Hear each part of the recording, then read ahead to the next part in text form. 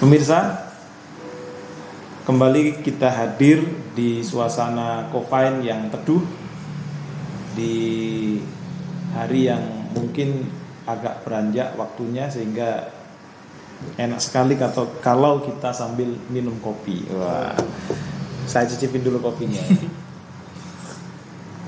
Wah, mantap jiwa. Saya sendiri tuh heran, kenapa kopi yang mestinya pahit tapi kok rasanya bisa berubah jadi beraneka rasa. Nah, ini ada orang yang ada di sebelah saya ini sangat pakar di bidangnya. Bukan sangat pakar. Tahu ya, sedikit, Pak. Kalau saya sedikit tahu, tapi mungkin yang di sebelah saya ini banyak tahu tentang kopi. Nah, oleh sebab itu mungkin kita harus banyak tahu juga.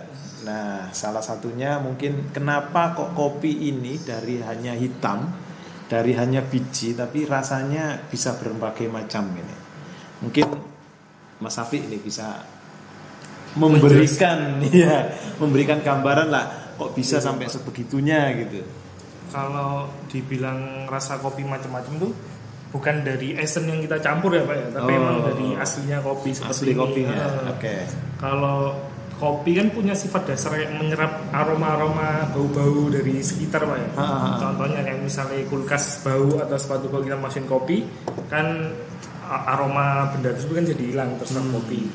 Ya sebenarnya belum ada penelitian yang fix ya, Pak. Penelitian kalau kopi itu menyerap daerah sekitar, tapi kalau misalnya dari pengalaman saya pernah dapat kopi dari Sumatera Utara, dari Hulu, itu kan kopinya kan ditanam selang-seling, Pak. Jadi kopi terus ada jeruk juga, terus kopi lagi, jeruk lagi, dan rasanya itu emang seperti jeruk kopinya. Wah, kopi rasa jeruk. Ya, jadi asam-asam manis-manis gimana? Jadi, memang itu ya, untuk mendeskripsikannya itu sulit juga ya. Iya sih. Atau Pak, itu memang perlu latihan khusus, perlu sekolah khusus atau? Ya sebenarnya nggak perlu sekolah khusus ya, Pak. Kita minum kopi, sering minum kopi atau istilahnya kita pesen 2 kopi di kedai itu, kita bisa ngerasakan ini ada perbedaan nih, entah yang satunya bodinya atau pahitnya lebih tinggi atau satunya lebih asam. Oke ya. Jadi begitu mungkin sedikit yang bisa digambarkan oleh Mas Safi ini ya. Jadi kita yang selama ini hanya minum kopi itu kenalnya pahit, hanya kenalnya ya begitu itu kopi.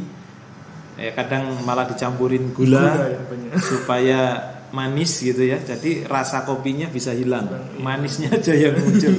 Oke. Nah, kalau mungkin lebih jauh lagi nih, kita bisa memberi banyak pemahaman tentang kopi ini kepada para penikmat kopi atau para calon penikmat kopi.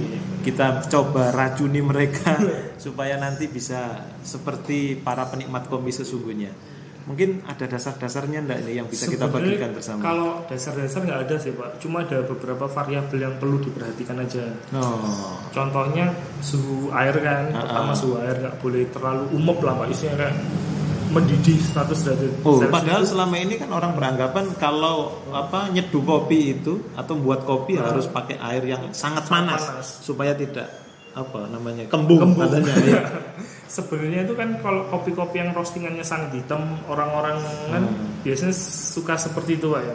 Tapi nanti takutnya akan kopinya itu akan over extract itu, jadi rasa yang seharusnya pas, harusnya ada asam terus itu nanti hilang, yang muncul cuma pahit aja. Sebenarnya kopi itu pahit atau asam sih? Kalau dibilang kopi pahit atau asam itu emang tergantung kopinya sendiri, Pak. Dari tingkat roastingannya. Kan tingkat roastingan kan beda-beda, ada yang sampai hitam banget, dan kemudian kalau hitam banget itu nanti asamnya atau rasa-rasa lain itu hilang, tinggal pahitnya aja gitu. Kalau jenis kopi mempengaruhi nggak? Jenis kopi antara misalnya robusta dengan arabica gitu. Jelas mengaruh, Pak. Kalau robusta itu menurut saya sih lebih banyak pahit sama kayak coklat-coklatnya gitu, Pak ya. Kalau yang arabica rata-rata saya asamnya lebih menonjol daripada acidity-nya lebih menonjol daripada yang robusta. Ya. Yang lain mungkin yang bisa dibagikan bersama ini, selain suhu air, terus juga gilingan kopi ya, Pak. Gilingan. Jadi kan gilingan itu lembut kasarnya gitu ya. Lembut kasarnya kopi. Kalau misalnya kita taruhlah main yang ditobruk gitu loh, Pak. Yang gampang tinggal dicom banyu panas. Iya. kalau misalnya gilingan kita terlalu halus kayak misalnya dijual sampai kayak tepung gitu terus kita pakai air mendidih, otomatis kan itu kopinya direndam terus.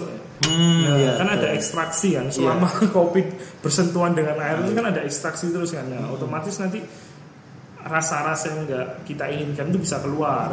Makanya jadi over extraction itu.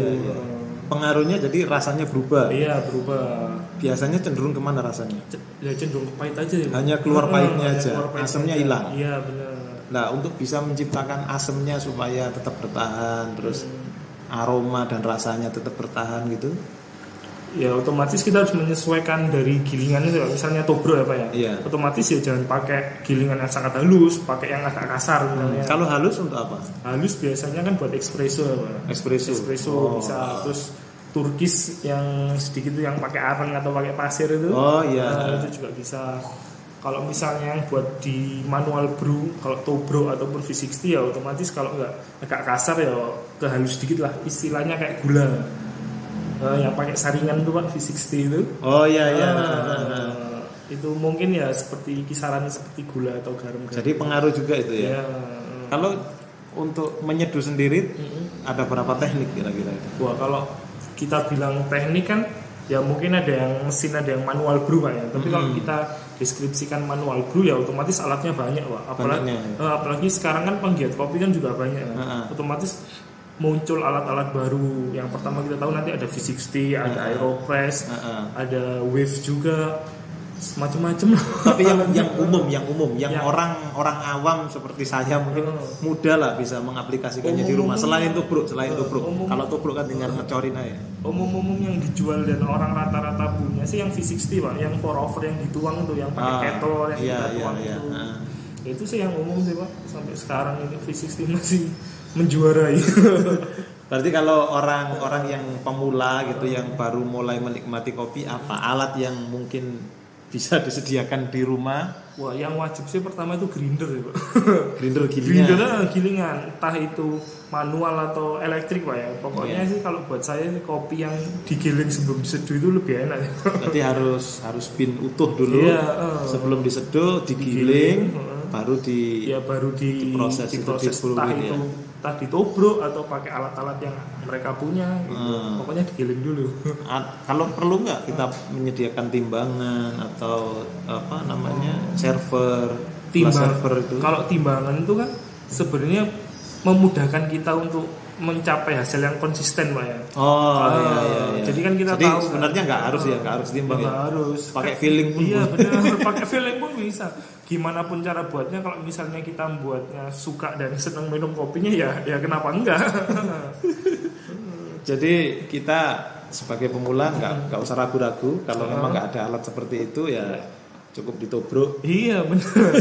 Pokoknya kopinya asli loh. Kalau nggak asli. Nah, selain itu mungkin ada lagi yang bisa dibagikan bersama untuk kita ini. Kalau dari teknik manual brew sendiri ya pilih kopi yang tanggal roastingnya itu nggak jauh-jauh amat sih Pak.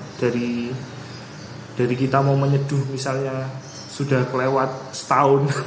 Kalau ada batasannya nggak gitu? Ada batasan nggak? Kalau masa berlakunya roasting itu? Wah, setiap orang kan punya masa berlaku beda-beda Pak. Kalau saya sih paling sekitar 4 bulan, 3 bulan itu kopinya itu masih enak gitu Pak. 4 bulan dari tanggal roasting. Dari tanggal roasting. Jadi kita roasting hari ini sampai 4 bulan kemudian kalau diseduh itu masih enak. Aroma rasa masih nggak berubah ya. Sebenarnya kan kalau menurut saya kopi itu nggak ada luarsanya ya Pak ya. Cuma semakin lama kan rasa sama aromanya kan semakin hilang aja. Iya. Tapi kan kadang orang itu kan nyimpennya di tempat vakum. Apakah itu juga pengaruh? Vakum sih pengaruh Pak. Ada beberapa yang tambah di vakum sama di freezer untuk mempertahankan awetnya. Di freezer dimasukkan kulkas. Mungkin bisa sampai setahunan ya. Itu nggak pengaruh? Nggak pengaruh sih Pak. Soalnya kan dia kan kayak beku gitu kan. Jadi istilahnya kayak daging dimasukkan di freezer kan juga beku kan, jadi lebih awet kan. Tapi aromanya? Aromanya sih kalau habis diseduh sih enggak.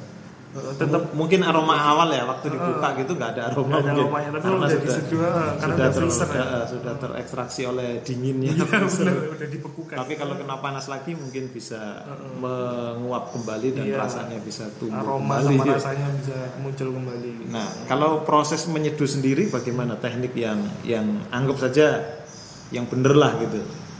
Sebenarnya bener atau enggak teknik itu tergantung ke orangnya masing-masing ya, Pak. Oh, enggak, barangkali ada standarnya gitu. Kalau secara ilmu apa namanya itu? Ilmu kebaristaan gitu. Ada standar khusus atau bagaimana? Kalau standar khusus misalnya kita anggap manual brew lah, Pak ya.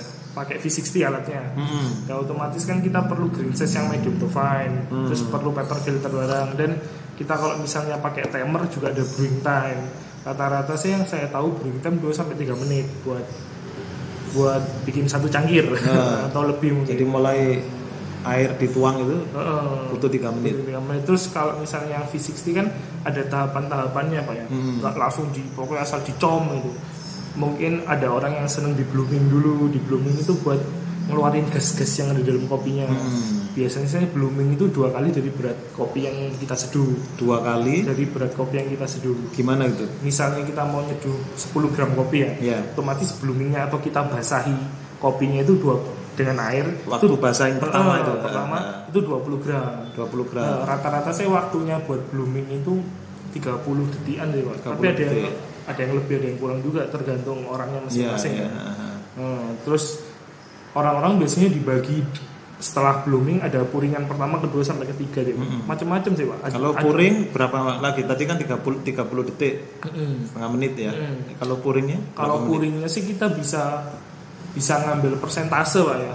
Misalnya persentasenya sampai sama mana? Brewing time-nya sekitar 2 menitan. Terus yang volume yang mau kita capai di airnya itu 150 gram. Itu kan kita bisa bagi entah 40%, entah 30%-an sampai 100% hasil yang kita inginkan itu gramasinya. Iya, sampai habis airnya air yang timbangannya dia sesuai gitu sampai ya. Sesuai gramasinya. Gramasinya sesuai. Oke, ada lagi mungkin yang perlu diperhatikan gitu sehingga hasil kopinya bisa senikmat ini. Kalau saya bilang sih jelas kopinya deh, Pak. Harus milih yang fresh terus. Kopinya terus dengan roastingan yang cocok juga kan kita nggak mungkin tapi ya balik lagi ke selera sih, Pak. Kalau saya sih kalau buat manual brew lebih seneng yang roastingannya medium itu, nggak sampai hitam banget, yang masih kekuningan, yang masih coklat tua itu, biar rasa asamnya sama mungkin manis-manisnya semua dapat gitu ya. Kalau dalam hal lainnya masih ada lagi nggak teknik-teknik gitu? Atau ada kunci-kunci khusus yang mungkin alatnya kalau mungkin kunci sih enggak sih, Pak. Cuma kan sebagian besar dari kopi ini kan air, Pak ya. Ada beberapa orang pun ya mainnya itu bukan main kopinya lagi sama gramasi, dia udah main airnya juga. Entah airnya pakai yang TDS-nya rendah atau TDS-nya tinggi. Air khusus. Bukan air mineral biasa. Bukan. Rata-rata sih yang saya tahu mungkin merek yang warna urin-urin itu, Pak. Bisa dipakai. Iya, yang Surabaya. Urin Surabaya. Tahu nih orang-orang pasti. Merek apa? Kalau kayak apa? Paper filter dan lain-lain pengaruh nggak itu? Paper filter saya pengaruh, tapi kalau buat yang mau asal ngopi seneng-senengannya buat capai rasa yang maksimal yang nggak usah mikir itu, kelihatannya itu bisa nanti deh, Pak. Nanti ya setelah soalnya saya itu kan kalau di toko itu kan tahu pernah lihat ada yang putih, ada yang coklat, warnanya itu apakah itu beda, Pak. Kalau yang putih kan sudah mengalami tahap bleaching kan, Pak, jadi diputihkan kan. Tapi yang pertama sih kalau misalnya buat paper filter, saya itu mesti saya pre-wash dulu, Pak. Paper filter saya basahi, air basahnya itu dibuang. Tapi ada beberapa merek yang nggak perlu di pre-wash pun atau dibasahi paper filternya itu rasa kertasnya itu nggak ikut. Beda nggak itu bahannya antara yang warna coklat sama yang putih? Sebenarnya bahannya sama, Pak. Cuma prosesnya yang coklat itu belum di bleaching, yang putih udah di bleaching. Oh iya, jadi dari pabriknya memang sengaja dibuat lebih putih gitu ya. Kalau mungkin yang coklat itu aslinya ya kayak gitu mungkin ya. Coklat seperti itu. Kalau gelas misalnya, gelas ini kan warna gini. Nah, ini kan bahannya mungkin kaca. Kalau yang seperti itu kan keramik. Apakah juga pengaruh nanti? Kurang lebih sih pengaruh ya Pak. Pengaruh juga? Kalau kerasa, kalau saya bilang sih gelas keramik sih sekarang masih lebih enak daripada gelas kaca. Soalnya kan tak tuker. Tapi tergantung lihat kopinya juga sih Pak. Kalau di tempat saya sih menyesuaikan dengan kopinya. Kadang-kadang ada kopi yang taruh di gelas keramik itu clarity-nya tuh lebih keluar kayak body atau apa ya, nyaman di mulutnya itu lebih enak. Tapi ada juga yang asemnya itu lebih enak di gelas kaca. Jadi saya milah-milah sih Pak. Ini kan mungkin kaca. Ada banyak juga yang nggak tahu. Kok tadi ngomong body, padahal ini kan ngomong kopi, kok ngomong body. Apa sebenarnya itu body dalam kopi itu? Body itu mungkin rasa pahit atau rasa yang ditinggalkan di rongga mulut tuh Pak. Kan kadang-kadang ada rasa yang kenceng gitu ya. Iya. Itu mungkin masuk bodinya bisa ke medium atau kayak ada yang wah ini kok kayak teh ya rasanya kopinya ya. Itu mungkin bodinya masuk light gitu. Nah, saya itu juga ini kemarin itu lihat di ada produk kopi kemasan yang sudah dibentuk gitu. Kok ada tulisannya kopi bold gitu. Padahal dia sebelumnya ada beberapa varian kopi tapi nggak ada tulisannya itu sih. Yang terakhir terbaru kualitas ekspor bold, rasanya bold. Nah bold itu yang bagaimana? Bold itu mungkin yang dia maksud itu kenceng nih Pak. Rasa kopinya kan biasanya lebih strong juga di mulut tuh lebih langsung kerasa gitu Pak. Maksudnya lebih kuat. Lebih kuat. Iya, paham. Aduh, ini banyak sekali nih ya kalau kita mau ngobrolin kopi nggak akan selesai nih. Ini sudah habis. Gimana kalau kita sambung di lain kesempatan? Wah, siap Pak. Oke. Kita nikmatin dulu lah kopinya. Oke. Terima kasih Mas Safi atas sharingnya. Mudah-mudahan ini bermanfaat dan kita secara perlahan bisa memberi gambaran bahwa kopi itu luar biasa dan banyak seninya. Saya sendiri juga belajar minum kopi. Di samping juga belajar nih mulai minta diajari nyeduh. Siap. Mungkin besok diajari nyeduh ya. Siap. Oke, terima kasih. Mungkin hari ini kita bisa cukupkan di sini dulu. Lain kesempatan mungkin bisa bertemu kembali dengan bahasan kopi yang lebih nikmat lagi. Oke, sampai jumpa. Dadah.